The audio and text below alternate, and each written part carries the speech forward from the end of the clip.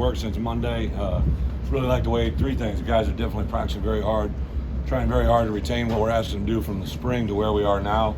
And then really the thing that's jumped out to me, I just hear and listen to our guys practice, right? Sounds like a weird thing, but like just the football IQ, the acumen to be able to communicate, to be able to get it across one another, especially the younger players, is a very positive thing. So I'm excited where they're going. Obviously have a long way to go, but very, very pleased with the start so far. So I know you guys were in there during the course of the Indy periods there. A couple guys out. The one thing, not getting too specific, but there's a lot of guys that have come back or come back, 10, 12 guys that were really kind of still, they're cleared, but they aren't fully cleared for practice every day. So we're like Kyle chose a maintenance program, right? So we're letting them go X number of days. Some of them only go 1 day in a row. Some of them will go 2 or 3 days in a row, then a day off. What I found, I learned this through the NFL side of it, was maintenance is just the ability to maintain a schedule for an individual player that needs individual results, right? So a maintenance program kind of changes from guy to guy, player to player, and that's what a lot of our guys are going through. Bret, Jordan Slaughter posted that he had surgery. Just giving us an update. Yeah, so I'd say the last part of the first half of practice yesterday just got rolled up on from behind. Obviously one of those unfortunate scenarios. We really stressed and preached to our guys about staying up, and this is a great example of why we want to do it. So again, it wasn't a guy that got hit or the guy that fell down. It was a guy that got rolled up on. Jordan had been, I would say, from last spring to where we are today, had a really, really good summer. Tank and I had talked about him repeatedly during the summer about the progress that he had made. Had a really good start to camp. Obviously competing inside for an interior guard position, and unfortunately, the severity of his injury is probably going to keep him out for this season. But I called him, talked to him yesterday afternoon. Got a chance to visit with his mom when she was driving in. I mean, he's very upbeat already. He's a kid of tremendous faith, tremendous character. The good Lord only challenges those that that can handle it, and I think he's definitely one that can handle it and make the most of a bad situation. How do you feel about your depth there? Well, I'm glad that we've done two things, right? We acquired a grad transfer that's been able to come in and immediately kind of have an impact in there. Also, just the development of our guys. I like Pilstrom. He's a guy that, I watched literally change his demeanor and everything during the spring, and then just during the summer as a guy that's really continued to just grow. And now he looks like a Big Ten lineman, acts like a Big Ten lineman. We just got to make him play like a Big Ten lineman. We've got a chance to talk to James and Blake over the last few days, and they said you were kind of instrumental in putting the lads in the spotlight. I'm not taking. What's it like to have the two guys like that with that marketability and kind of the personality to lean into that a little bit? First and foremost, they're tremendously talented players, right? Like I could see on film from a year ago, and over the last couple of years, very talented players. James comes from a high school that I've been very close to in my coaching career, so I had actually been informed of him by his high school coaches and a history of there. So didn't know a lot about Blake coming in, and the third, I guess, unofficial part of the lad group would be Hugh, and he's been awesome too, right? But I just went to those two when we went to media days, right? I was going to take 3 players, and I really wanted to take one of those guys, but you couldn't take one without the other, and I wasn't going to take 2 specials. You guys would have got pissed at me. So I just went to him and I said, hey, I'm going to reference you and talk about you because they're really 2 special kids that, in fact, they're both born on foreign territory and are born out of this country, just so unique. So I said, hey, I came up with a couple different things, something like the foreign or the international specialist association, ISA. Everybody's got cool little initials, and I said, hey, whatever you come up with within reason, I'll back you up. So they came up with the lads.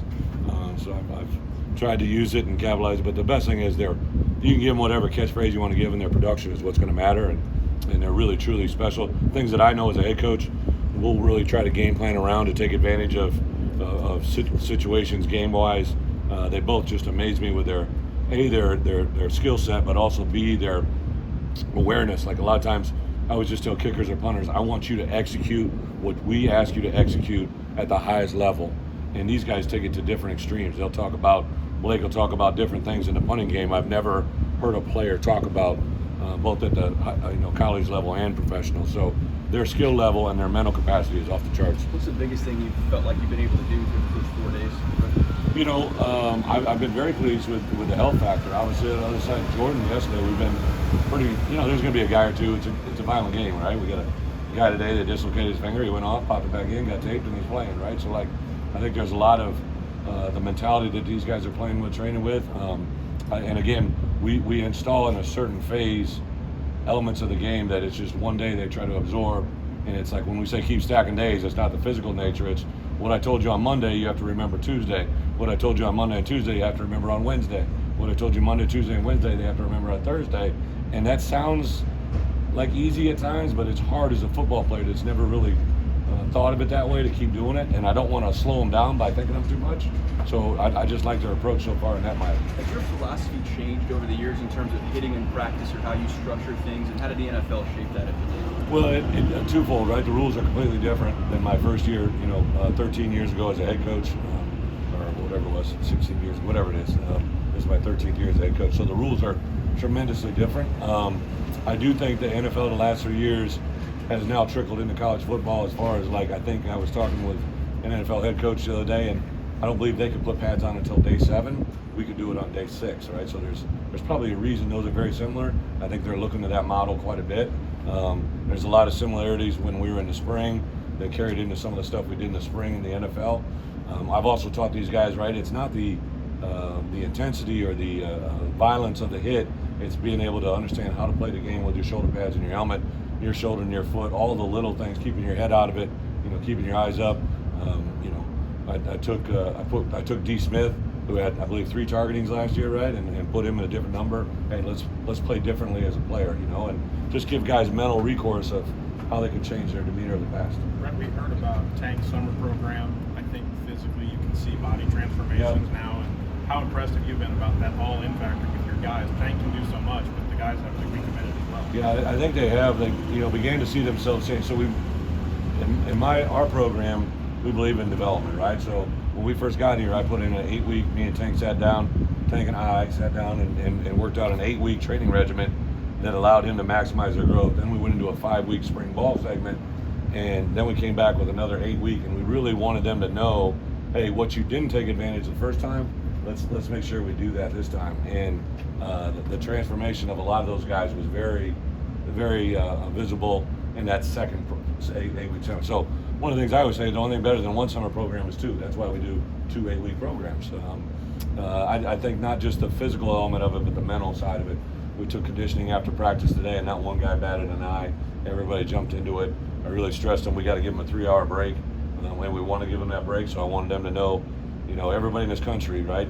All the other Division I, every school in the Big Ten, they got practice 4. They may not be there yet. We get to play a little bit earlier, so we get to practice early. But our practice number 4 is the same as everybody else's. The difference is, what do we do with that practice? And I think that's a big point. I want those guys to understand. Everybody has the same number of practices. Everybody has the same number of opportunities. It's about what you do with that opportunity that matters. Coach Sidney talked about having maybe added confidence because of all the physicality that you're having in practice with tackling and hitting.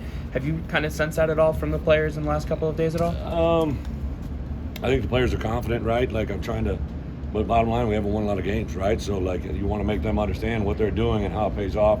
But the math has to add up, Sidney may think it's physical, right? But I haven't seen it be a real physical camp at this point, right? We're going to play our first time in pads on Saturday. It's just awareness. He's done everything I asked him to do. He's really, been a fun kid to be around, and I've learned from him in a variety of different ways. But if it's been physical so far, they're gonna think it's at a different level next week. How do you go about building that up to the next level of physicality as pads go on and continue throughout camp? Well, I think tolerance and be smart on what you're doing. If it's maybe before we might have gone 120 play scrimmage. Right now, maybe we go an 80 play scrimmage, and we do conditioning afterwards. Because once they get it, they get it. They don't need to reinforce with it. I think you got to be smart about what you practice with. You have to teach them to practice well. Case in point, like we just saw with Jordan, right? The more we can play on our feet, the game of football is played on our feet. I told our guys after practice number 2 in the evening, a lot of times I'll bring out things I heard or saw at practice. And when we were in the middle of a drill, there was a bunch of guys that had fallen on the ground. I heard one of our veteran players make reference to stay up. The game of football is played on our feet, not on the ground. And I've said that a bunch. And when your players start regurgitating, it means much more when it comes from them than it does from me. Coach, everybody likes to hear about true freshmen and newcomers. Are there a handful of guys that have jumped out at you, look like they could contribute this year? Yeah, you know what? I'm also a guy that doesn't like to build undue pressure, right? But I would tell you this: there's not a kid that we brought in this segment that we just brought in, the 14, I guess it's 14 guys we brought in, of the freshmen out of that class, that doesn't at least show me that they got something, right? I mean, the DBs, all of them move well. They're gonna, you're gonna want some things, and you'll see them get exposed. Samari Collier's got a live arm. Josh McCray is a very, very gifted player. The wide receivers, Pat Bryant is definitely got a skill set. I really like Kreutz as an O-lineman. He's a tough, hard-nosed, intense. Like, I got him in some special teams drill. I worked the shield, and he definitely is a guy that's got some intensity to him. So there's definitely parts of it. He's, as a personal protector, could do some things. So I'm excited to see where he goes. What the two transfer safeties, Baker Madsen and Smith? Yeah, Prater is, with us in spring, has continued to grow and really, in my opinion, develop a skill set from the spring to where we are now that's much more in tune with what Ryan's asking him to do. We didn't get a chance to work Eddie until he came in midway through the summer, and then he's really probably the last 2 days got the most amount of reps, been very positive. He's a guy that I think now he realizes this is his second opportunity in college football. Jafar Armstrong showed up today and made a nice touchdown grab, and then did a nice job of blocking on the perimeter. And then who's the other one? Those three guys really. Oh, and then Jack Podobniak. I'd say those four guys, the four guys that we really kind of took, and then Brandon Hohenstein is a kid that we got that has been in college football now 4 years. He's definitely going to be able to help us. Peyton Vining, another young man, right, that came in. So the use of that transfer portal has been pretty important for this upcoming year. What's your personal approach to practice? Like, what do you like to do? Like, how do you like to handle practice? I usually my sheet blue is usually what I write before. Red is what I write during. And I usually have it scripted out on my sheet where I want to go during practice. But I'll make an adaptation, right? Like, we talk about family all the time, and Coach Boo's two young boys were in the crowd today, and Luke and Logan, and they were watching their dad. They were locked in, and I just went over. They both started tackle football, so I walked over and just asked them how practice was going, and like to me, that's a relief, right? I'll make adaptations like that all the time. We'll have a visitor, Josh will bring somebody over, or somebody will come in. I always usually say hey to them, but I usually don't get involved unless I really know something's. I took this from Coach Fry a long time ago, right? As a head coach, never ignore something you know, and never pretend to coach something you don't, right? So, I hire these coaches to be great coaches at their positions. They're good at what they do. I don't want to interfere, especially in front of players. We'll take time to watch practice in the evening together, or a drill, or a certain phase of practice that I want to address, but that's usually in closed settings. When we talked to Chase Hagley, he was telling me that you haven't changed much since recruiting him to Arkansas, but I guess how have you seen him change, in the years since getting back? Chase, I can remember being in at home the first time, right? I remember seeing him on film. I literally thought his freshman year was one of the more impressive freshman year of a back. I've had a lot of really good backs, right? We were recruiting a young running back the other day, and I just kind of went down from P.J. Hill to John Clay to Monty Ball to James White to Melvin Gordon to Alex Collins and Jonathan White, and then there's a guy that unfortunately wasn't able to finish his career at Arkansas. Might have been the best of all of them. I just go down that list, and I realized I've been around some really, really special running backs, and I thought about halfway through Chase's freshman year, he could have been one of the more significant ones I had. Obviously, the powers that be separated us, but I was excited when the opportunity came here that I reached out to him and he had interest. I think even from the spring to where we are now, he's made a jump from last spring. Conscientious, detailed, got definitely a skill set. Him and Sid, probably a little bit similar body type, skill sets. Reggie's a little more compact. Norwood's completely different back, so I like the way that pool is kind of shaping up. Thanks, guys.